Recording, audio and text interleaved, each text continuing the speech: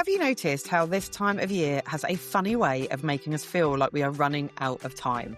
Scotland is already in their summer holidays and the rest of the UK is on rapid countdown to them. And if you've got children, you are either already in the summer holidays or you are neck deep in school plays, sports days, transition days, trying to remember whether everyone's got enough school uniform to get them through the next few weeks and wondering how on earth it is July 1st tomorrow. And alongside all of that, there's that little old thing we've got to do, run our businesses. So maybe you have caught yourself thinking recently, I just need to get through these next few weeks, or if I can just get everything done before the holidays, as though there is this imaginary finish line that we are all racing towards. And I don't know about you, but I have definitely noticed that energy creeping in around me lately, not just in conversations with my members, but in myself too. So today I just wanted to have a little bit of a chat about that. Rather than teaching you a strategy or giving you a list of things to do, I just wanted to share 3 things that have been on my mind recently. And my hope is that if you need to hear even one of them today, you will finish this episode feeling a little bit better and a little bit lighter than when you pressed play. But before we dive in, if you are new here, hi, I am your host, Becky. I am a multi-award-winning business owner and the dreamer behind the Boss Your Socials Club. I created this podcast to help women like you simplify your life and grow a business on your terms without the overwhelm. So if you are ready for some no BS advice, practical tips and honest chats that make business and life feel lighter and more doable, then you are in exactly the right place. Right then, let's get started with this week's episode. The overwhelm at this time of year can be real, which is why I just want to start this episode by reminding you that if you feel like you're failing at life right now, I can pretty confidently promise you that you are not. This business owning lark is just really bloody hard sometimes, and that's without all the other stuff that life throws at us. I feel like now, being 8 years into having kids in school and 7 years into running a business, I can say that with a bit more perspective. I mean, obviously, I am human and I absolutely still have weeks where I feel completely overwhelmed and like I'm juggling too much at once, especially at this time of year when everything feels like it is speeding up. In fact, I had this week last week. My husband was working away. I was solo parenting for the entire week. We had the heat wave that was unbearable. The heat was inescapable and it just felt like everything got too much. I wasn't getting anything done in a time of year where I really need to be getting stuff done because I want to be able to take the summer off. But the one thing I do think I've learned from experience is to really notice when I'm starting to tip into that overwhelm rather than waiting until I'm completely in it and it's almost breaking me.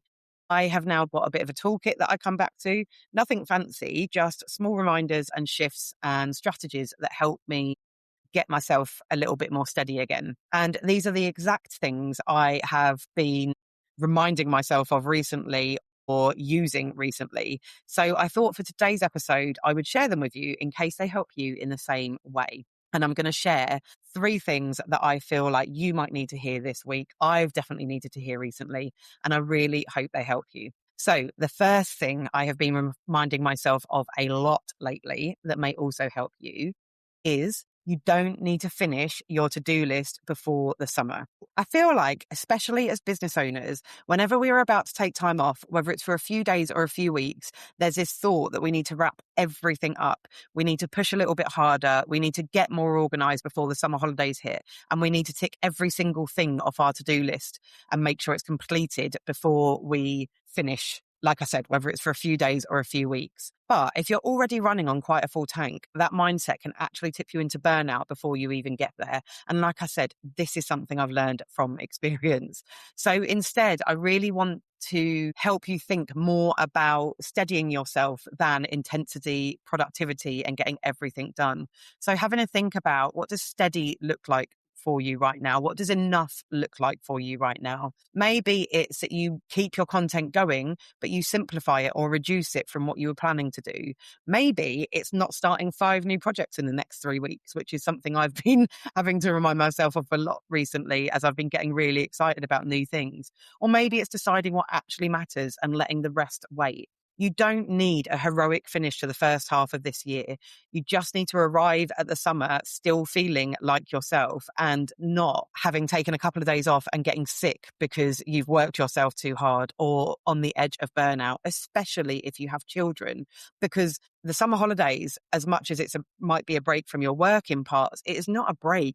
If you've got kids who are off and you're with them 24/7, that is not a break. So you can't arrive at the summer holidays on the edge of burnout. Otherwise, you are just going to make it so much harder for yourself. Something I do quite regularly, and I've done recently in the build up to the summer holidays, is to split my to-do list into must do, should probably do, and can wait until after summer. Once I've done that, if the must do list is still too long based on the time and the capacity that I have, I do it again, because I know that often I've almost ingrained it in myself that things are must do. So, for example, my best practice would be to have my September podcast episodes batched before I finish for the summer, so that I come back to them all ready to go. And so in my head, I can tell myself that I must do it. This is a must do thing before the summer holidays. But is it actually a must? No, not even a little bit, because I can do it when I come back at the beginning of September if I really need to, and if it helps me now. Of course, it will help me having it done before the summer holidays,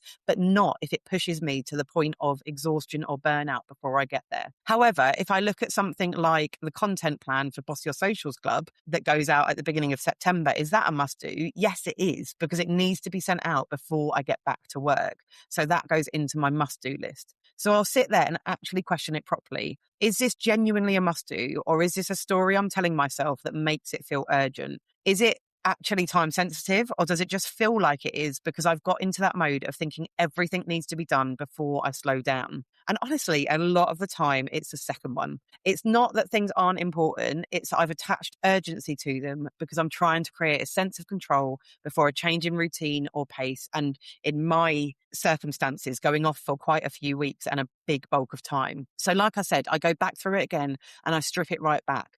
The content plan stays a must do, but the podcast for September becomes a probably should do. And more often than not, what I'm left with is a much smaller list than I originally convinced myself I needed to get through. It's a list that actually feels doable, and it's a list that doesn't require me to absolutely burn myself out for the next 3 weeks to earn my summer holidays and earn my break. And I think that's a bit I really want to remind you of today, because when we're overwhelmed, everything can feel like it belongs in the must do category.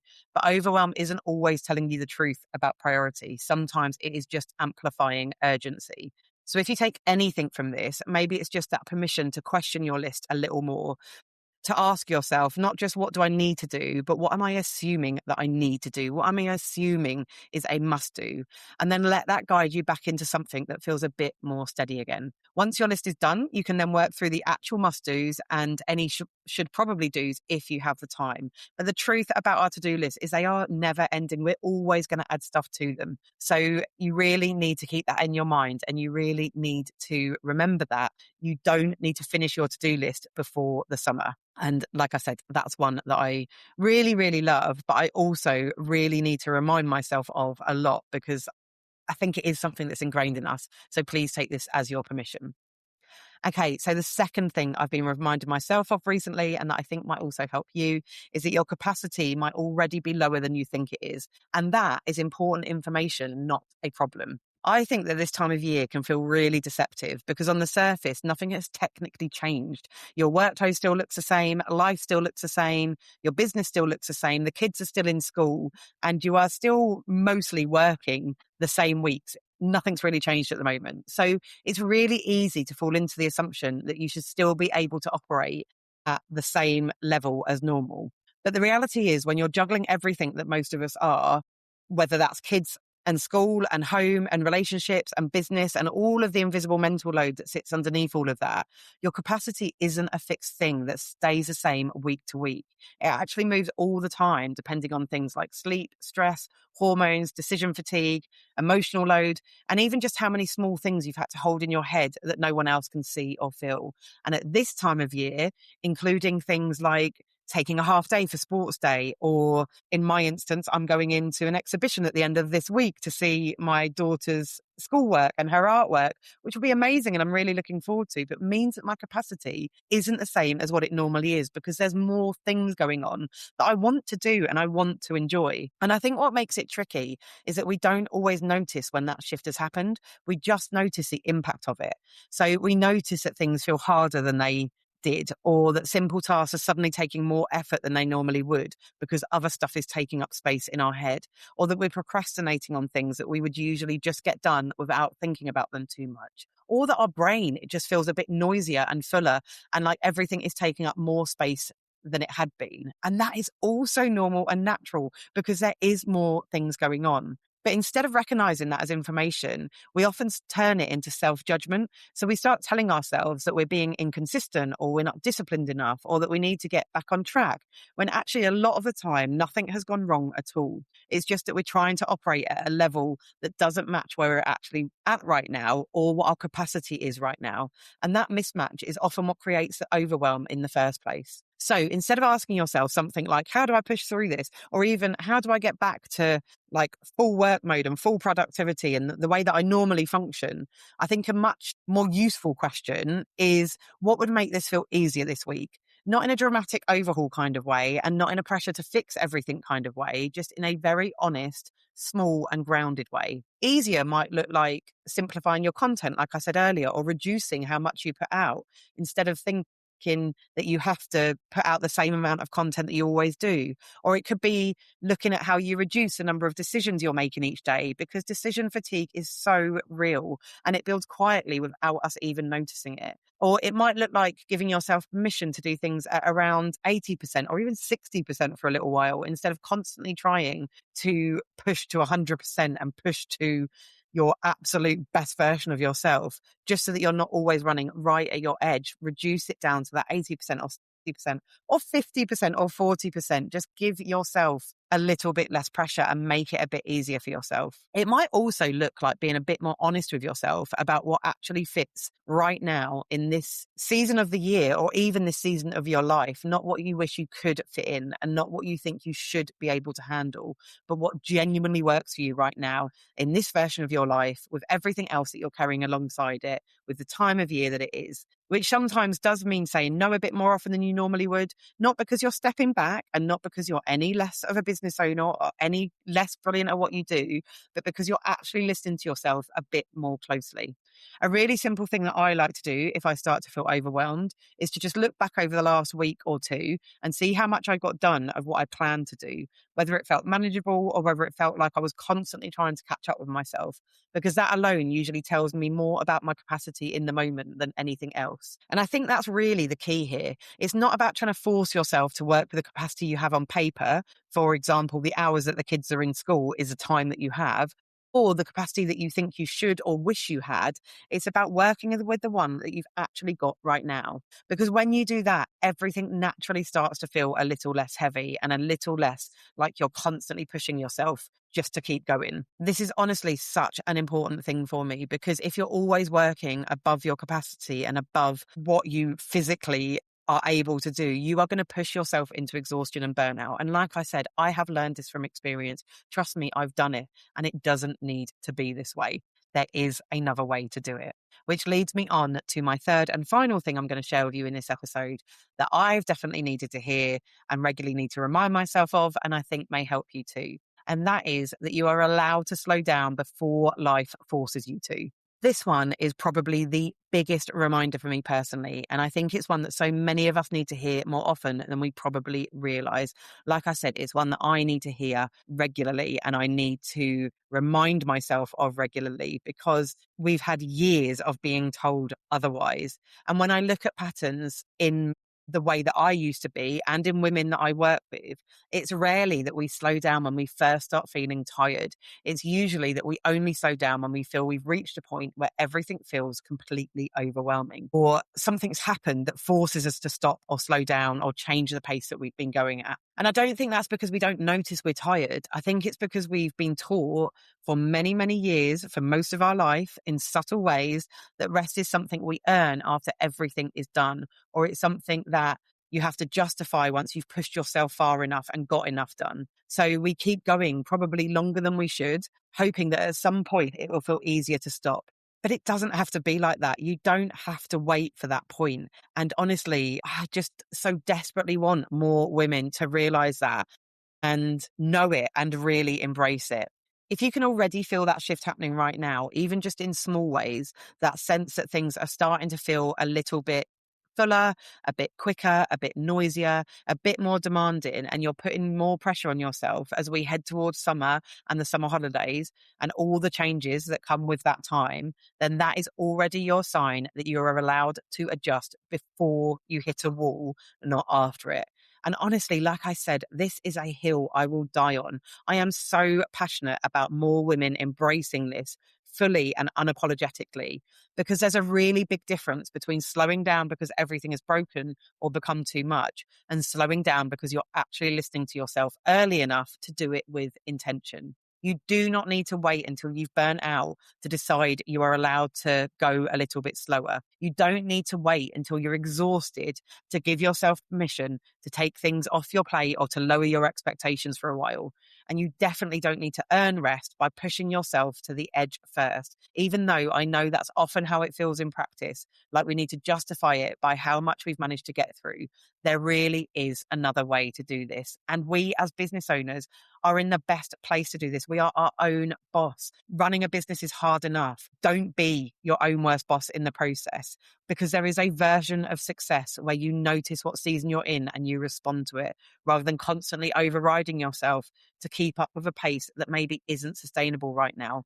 Even if it's sustainable for other people, that doesn't mean you're wrong if it's not sustainable for you. That might look like scaling things back slightly over the next few weeks, not in a dramatic way and not in a way that means stepping away from everything, but just in a way that gives you a bit more breathing space so future you isn't paying for the decisions that you are making today. And maybe it just looks like really, really, really scrutinizing that must-do list and asking yourself, are they must-dos, or is that just something you are telling yourself? And I know that that can feel uncomfortable. I've pushed through that discomfort and I still sometimes feel that discomfort. It can feel uncomfortable, especially if you're someone who's used to being the one who just keeps things going, or who's used to holding a lot, or who's used to pushing through and figuring it out no matter how full things feel. And I know that if you are listening to this podcast, you are probably that woman. So try to recognize that that discomfort doesn't mean it's wrong and it doesn't mean it's bad. It's just something that you need to push through to realize that it's okay to slow down. I think part of what we need to unlearn here is the idea that the only way to be consistent or successful is to constantly override what your body and your life are telling you. Because when you start working with yourself instead of against yourself, things don't just become easier, they become more sustainable and they stop requiring quite so much force just to maintain. And that is so important. And I am so big on things being sustainable, because that is really the only way to run a successful business, and it will look different for everyone. So you need to work out what's right for you. So please, please, please, please give yourself permission to slow down before life forces you to. I promise you will feel better for it and you will be a better business owner for it. So those are the 3 things I needed to hear recently and need to tell myself regularly. And I wanted you to hear them this week, and I really hope they've helped. They're nothing complicated. They are nothing revolutionary. They are just a reminder that the next few weeks don't have to be about pushing harder. They can just be about moving more intentionally. If somebody came to mind while you were listening to this episode, maybe another business owner who's trying to juggle work, family, and everything else that life likes to throw at us, I'd really love it if you would share this episode with them. Sometimes we all need someone to remind us that we are allowed to do things differently. Thank you so very much for tuning in. I am honestly so grateful you choose to spend your time here. Before you go though, if you love this podcast and you're a woman running a small business who wants to make social media easier and business life less lonely, I have got something for you. The Boss Your Socials Club is here to bring you inspiration, accountability, confidence and community. It's a place where we ban the word should, because we believe in bespoke advice that will work for you, your stage of life and your business. You get a monthly content plan, ready-to-use templates, accountability and action sessions, a private members podcast, expert support, a brilliant community of women who get it, and so much more. It's like having a mini social media expert and a bunch of cheerleaders in your pocket so you can show up with confidence without the overwhelm. Membership starts at just £14 a month, and there is different tiers depending on the level of support you want. Thanks again for listening, and I will see you next time.